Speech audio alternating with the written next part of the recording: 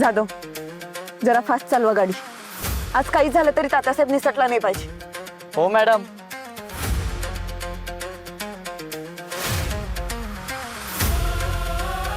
पडवळ, भारती मावशी, आज अजिबात हलगर्जीपणा नकोय मला.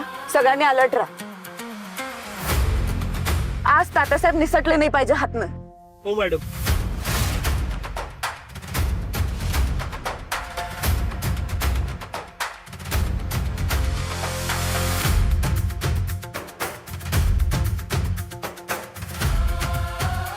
जाधव, स्पीड वाढवा जरा. चला लवकर. हो मॅडम. जाधव, पुढून राईट घ्या.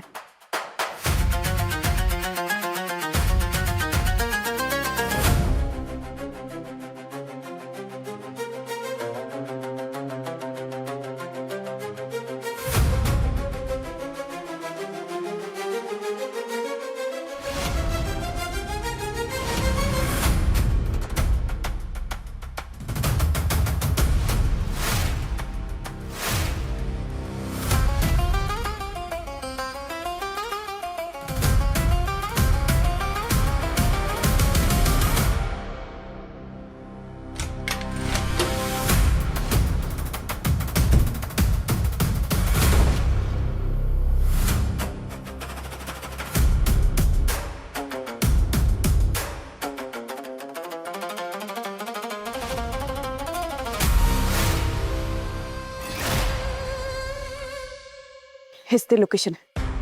आपल्याला सावध राहून छापा टाकावा लागेल. Yes ma'am. पण मॅडम आपण पोहोचलो. अनुष्का मॅडम कुठे आहेत? मॅडम आपल्या मागोमागच निघाल्या होत्या त्या. अजून कशा काय नाही आल्या? नाही म्हणजे पाटील मॅडम येईपर्यंत आपण थांबायचं आहे का? नाही, नको. अनुष्का मॅडमची वाट बघण्यात वेळ नको घालवायला. आज काही झालं तरी तात्यासाहेब हातून निसटले नाही पाहिजेत. पण मॅडम त्या येईपर्यंत काय करायचं आपण? मॅडम पाटील मॅडम भडकलं तर? त्यांना कसं फेस करायचं ते मी बघते. आता मी जबाबदारी घेईन या सगळ्याची. आपल्याला आज जावं लागेल. आवाज न करता शांतपणे. Yes madam. Yes madam. आता मी सांगते ते करायचं सगळ्यांनी. Yes madam. भंडारे मामा, तुम्ही वरती जा. मयुरी, तू तिकडं जा. पडवळ, तुम्ही या बाजू. मी भारती मावशी, मागं बघा.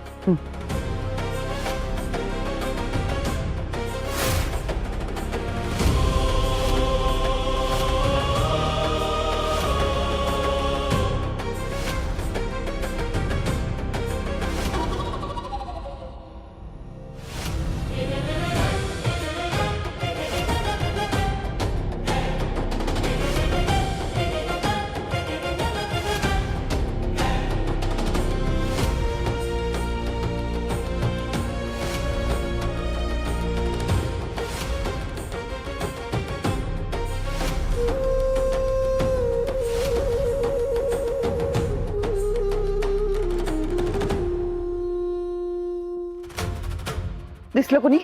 नाही मॅडम. नाही मॅडम. आज जाण्याचा कुठला दुसरा मार्ग? नाही. नाही मॅडम. ठीक आहे, आता दुसरा पर्याय नाही. याच दरवाजाने जावं लागेल. जे होईल ते होईल. पण मॅडम खरंच इतकी रिस्क घेण्याची काही गरज? पोलीस आहात ना, हा प्रश्न कसा विचारू शकता? Sorry madam.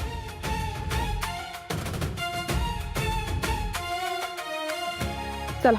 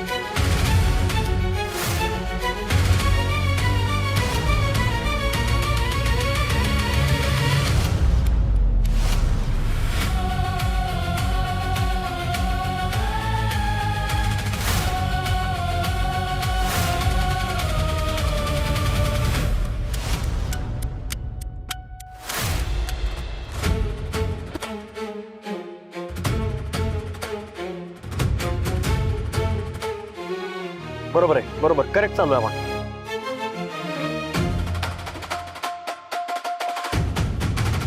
Straight straight.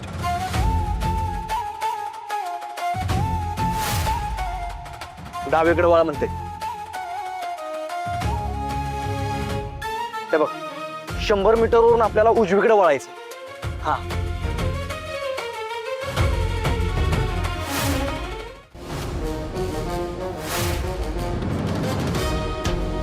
लपा पटकन.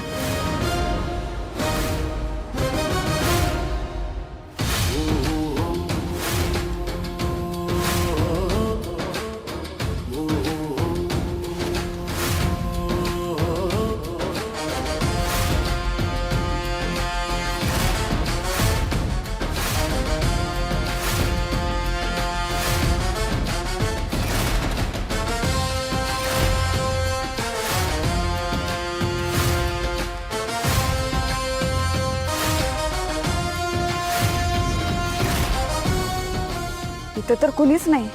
मॅडम, टिपरने योग्य टिप दिली आहे ना की आपल्या दिशाभूल करण्याचा प्रयत्न करते कोणतरी.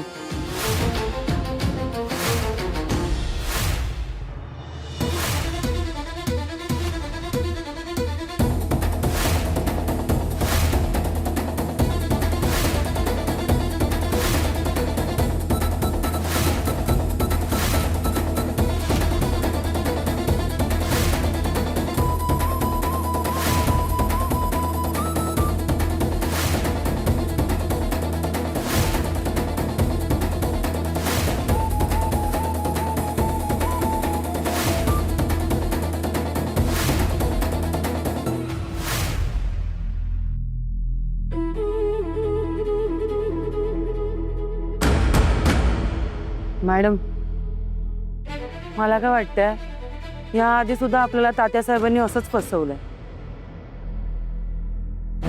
मागच्या वेळेला आपण त्या जागेवरती पोहोचलो आणि तिथे कुणीच नव्हतं. आठवतंय ना तुम्हाला?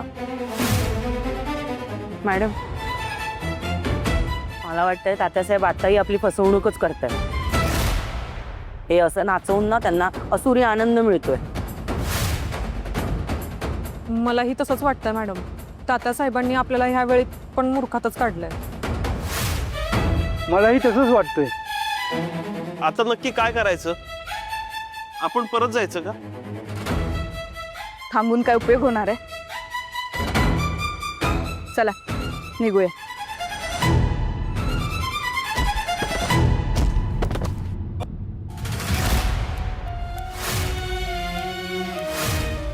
कुणीतरी आहे इथं. पोझिशन घ्या.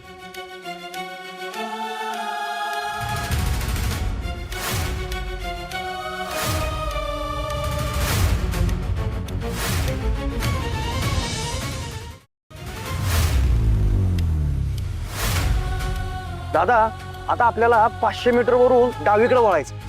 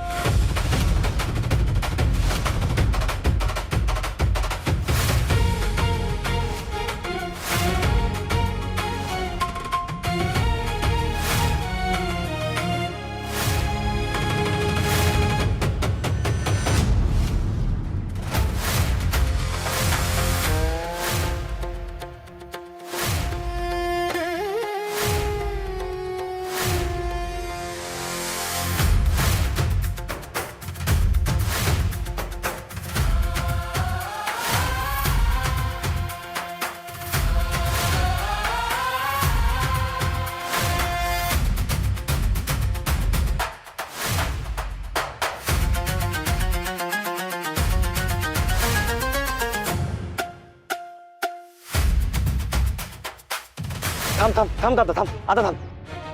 तो बघ इथंच लोकेशन दाखवते. होय पोलीस गाडी बी इथंच आहे. चल.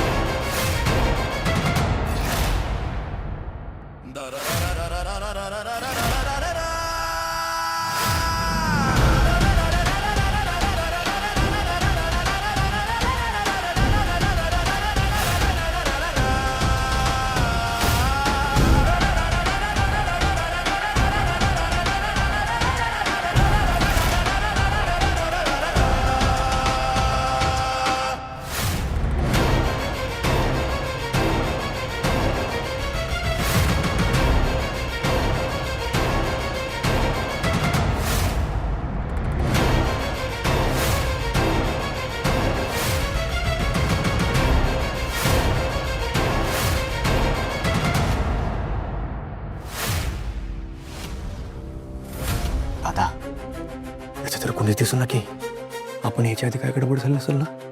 चैत्या काही बोलू नकोस. काय बघ अख्खा कारखाना पिंजून काढायला पाहिजे आपण. चल आणि ऐक आवाज न करता पुढे जायचं. तू इकडे जा मी इकडे बघतो. चालते.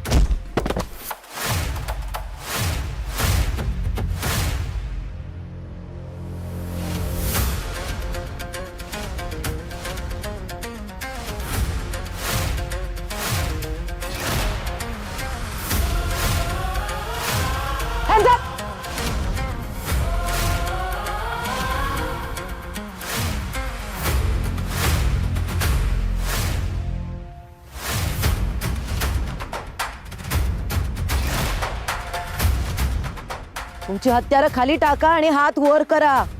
एकेकाला गोळ्या झाडून मारून टाकेन मी. Hands up.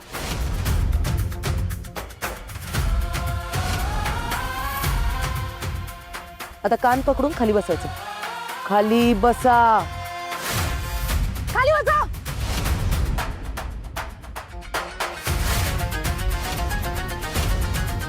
तुमच्यातल्या कोणीही इथून पळून जायचा विचार सुद्धा करू नका. या जागेला पोलिसांनी घेरलेलं आहे चारी बाजूंनी.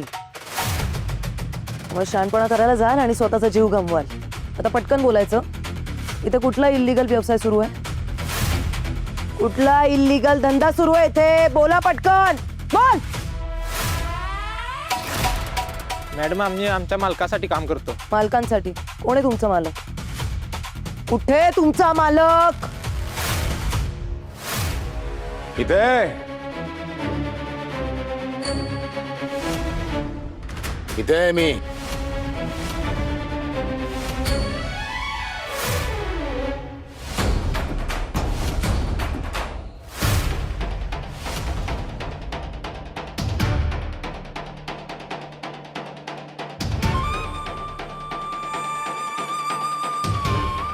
वाघमारे, तो तात्या तुमच्या सहज हाताला लागला असा विचार तुमच्या डोक्यात आलाच कुठनं? सत्य, अरे विश्वासातल्या टिपरकडनं टिप मिळाली होती, पण बहुतेक आम्ही इथे येण्याआधीच तात्यासाहेब पसार झाले. अरे अनुष्का मॅडम सुद्धा आमच्या सोबत होत्या. कुठं राहिलं का आम्ही अजून आल्या नाहीत. त्या जरी आल्या असताना मी स्वतः आत गेले असते आणि त्यांना नाकाबंदी करायला लावलं असतं. पण त्या कुठं राहिल्या? म्हणजे एवढं महत्वाचं काम सोडून त्या अशा कशा गायब झाल्या? कोण आहे तुम्ही आणि कुठला इल्लीगल धंदा सुरू ठेवलाय तुम्ही इथे? बोला पटकन. आणि खरं खरं सांगायचं, नाहीतर या 6च्या 6 गोळ्या तुमच्या डोक्यात ठोकून टाकेन मी. तू माझ्यावर गण रोखणार? तू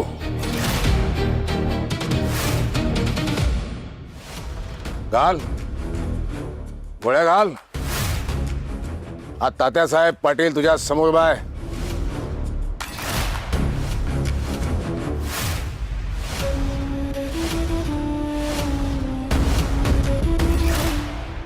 घाल. हा हिम्मत. हिम्मत भरपूर आहे. गोळ्या झाडण्याशिवाय दुसरं काय करता येऊ शकतं? तुमच्यासारखे इलिगल बिझनेसेस जे करतात त्यांच्यासोबत काय करायचं? पूजा करायची त्यांची की हत्तीवर बसून मिरवणूक काढायची? करायची USP पूजा करायची आमची. मुलं उधळायचे आमच्यावर, पितृभक्ती करायची. एवढा आटापिटा करून सुद्धा तात्यासाहेब हाती लागले नाहीत. म्हटल्यावर आमच्या सगळ्यांची, स्पेशली माझी चौकशी बसवतील. धारेवर धरतील आता मला. पण वाघमारे, यात तुमची काही चूकच नाही आहे. जे काय ते स्पष्ट सांगा ना त्यांना. तुम्ही अजिबात घाबरू नका त्या मॅडमना. करू दे काय चौकशी करायची त्यांना. एवढंच होतं ना तर मी यायचं होतं तुमच्यासोबत. वेगळ्या गाडीनं कशाला यायचं होतं त्यांना? आता हे बोलून काय उपयोग आहे? तसे त्या मला सिनियर आहेत, त्यांचं ऐकून घ्यावंच लागेल. अहो पण काय ऐकून घ्यायचं? आपली चूकच नाही आहे तर आपण कशाला आरोप सहन करायचे? बरं ते जाऊ दे. माझ्या डोक्यात एक वेगळाच विचार सुरू आहे. काय? वाघमारे, आपण इथं आलो, त्या माणसानं तुमच्यावर फायरिंग केलं. आपण त्याला पकडायचा प्रयत्न केला पण तो पळून गेला. म्हणजे काही माणसं ऑलरेडी इथं होती. याचा अर्थ तो तात्या पण इथंच असणार.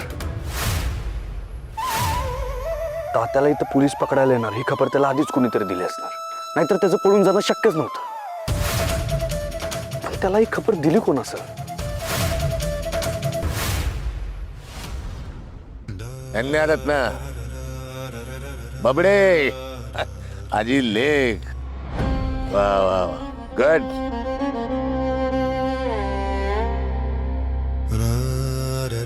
डॅडी साहेब. ना ना वा वा डॅडी साहेब. वा. काय बघताय? लेक आहे माझी पोरगी, कन्यारत्न, लाडकी लेक आहे माझी. आता काय आमचं बोलणं ऐकणार फक्त? तुम्ही दोघं चहाचं बघा, मी तिकडे थांबत आहे. ये नाईस.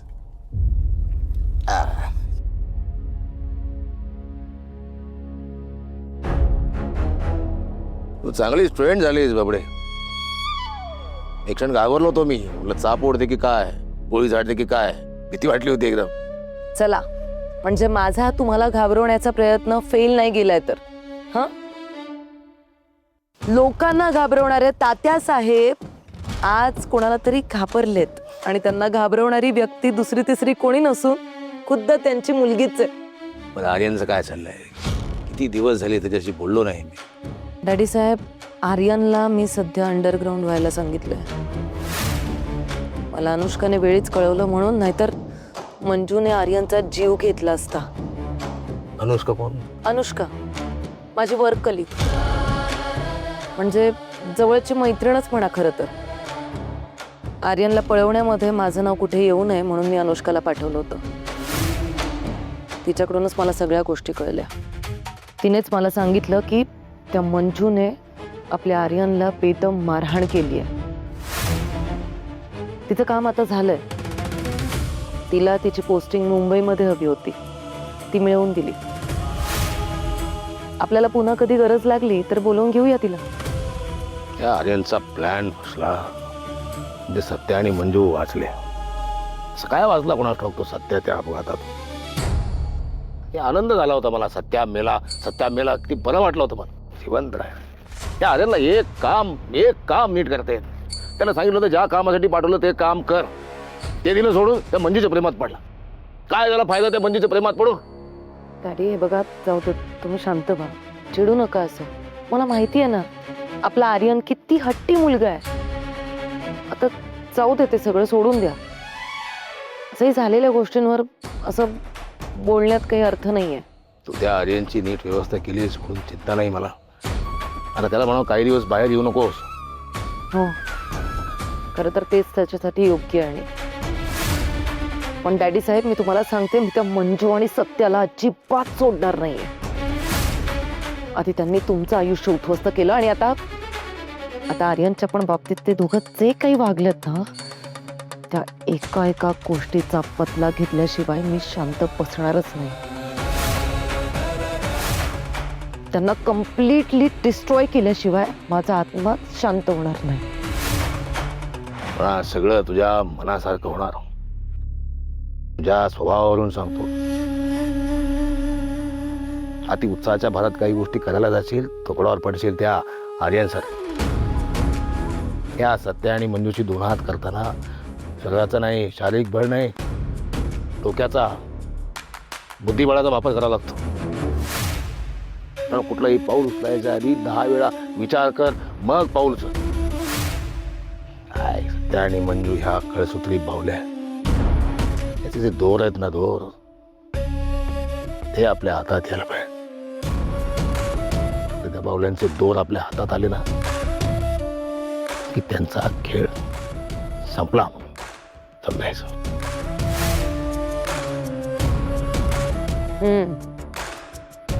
आत्तापर्यंत खूप सहन केलं तुम्ही डॅडी साहेब, पण इथून पुढे नाही. इथून पुढे दुश्मनांना चितपट करून त्यांचं दहन करायचं. डॅडी साहेब, मी तर म्हणते तुम्ही तुमचं पॉलिटिकल करिअर रिस्टार्ट करा आता. वेळीत का काय पॉलिटिकल करिअर रिस्टार्ट करा? फरार आहे मी, फरार. पोलीस मागवलेत माझ्या. जर राजकारणात पडलो तर राजकारण नाहीच बाजूला, अटक करून घेऊन जातील मला, परत टाकतील जेलमध्ये. डॅडी साहेब, अहो एवढं कसलं टेन्शन घेताय तुम्ही?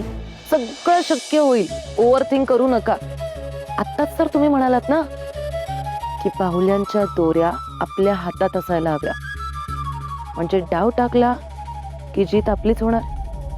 मग तसंच होणार, फक्त थोडीशी कळ काढा. काय सुरू आहे बाबडे? माझ्या डोक्यात भरपूर गोष्टी सुरू आहेत डॅडी साहेब, आणि त्यातली एक म्हणजे माझं पोस्टिंग, जी आता आपल्याच साताऱ्यात भवानी नगर पोलीस चौकीत झाली आहे. वाह, कौतुक कौतुक, केवळ कौतुक. एकदम सरप्राइझिंग आहे माझ्यासाठी हे सगळं. डॅडी साहेब, तुम्ही आता फक्त बघत राहा. तुम्हाला रोज मी नवीन नवीन सरप्राईजेस देत राहणार आहे. आता तर खरी लढाई सुरू होणार आहे. मंजिरी सत्या सुर्वे वर्सेस पूर्वा तात्यासाहेब मोहिते पाटील.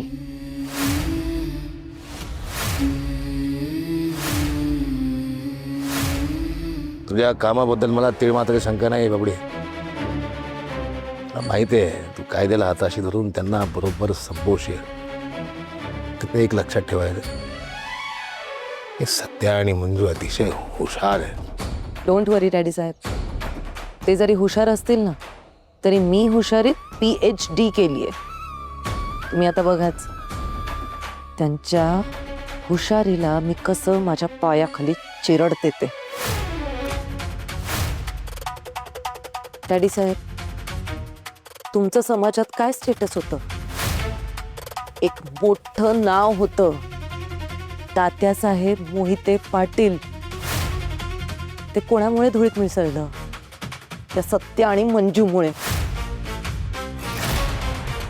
आज तुमची जी काही अवस्था आहे ना त्यासाठी ते दोघंच जबाबदार आहेत. आणि अनुष्काकडून मला कळलं त्या मंजूने आर्यनची काय अवस्था केली होती ते. डॅडी साहेब, आर्यनला नीट चालता सुद्धा येत नव्हतं. त्याला बोलायला शब्द फुटत नव्हते. अंगावर असंख्य जखमा, त्यातून वाहणारं रक्त, ते सगळं जर तुम्ही बघितलं असतं ना तर तुम्ही त्याच वेळी त्या सत्य आणि मंजूला गोळ्या झाडून संपवलं असतं. मला सुद्धा अनुष्काने हे सगळं जेव्हा सांगितलं ना तेव्हाच मला असं वाटलं होतं की मी लगेच तिथे जाऊन त्या सत्या मंजूला जागेवर संपवून टाकावं, पण नाही. पण मग नंतर विचार केला, त्यांना असं एका झटक्यात नाही मारायचं. एवढं सोपं मरण नाही द्यायचं मला त्यांना. आता कुठे आमची भेट होणार आहे, मग त्यांना व्यवस्थित ओळखून त्यांच्या आयुष्यातल्या रंगाचा बेरंग करून मला हवं तसं चित्र तयार झालं ना की मग करणार एक घाव दोन तुकडे ही पूर्वा. कारण कसं आहे, तयार चित्राची जाळून राख करण्यात जी मजा आहे ती चित्रात रंग भरताना अडवण्यात नाहीये.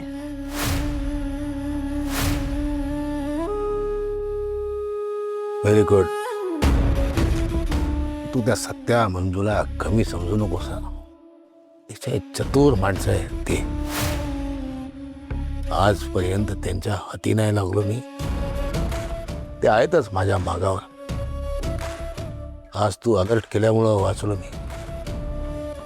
आज अटक झाली असती, पुन्हा जेलमध्ये पेपरला बातमी आली असती, दादासाहेब पाटलाला अटक.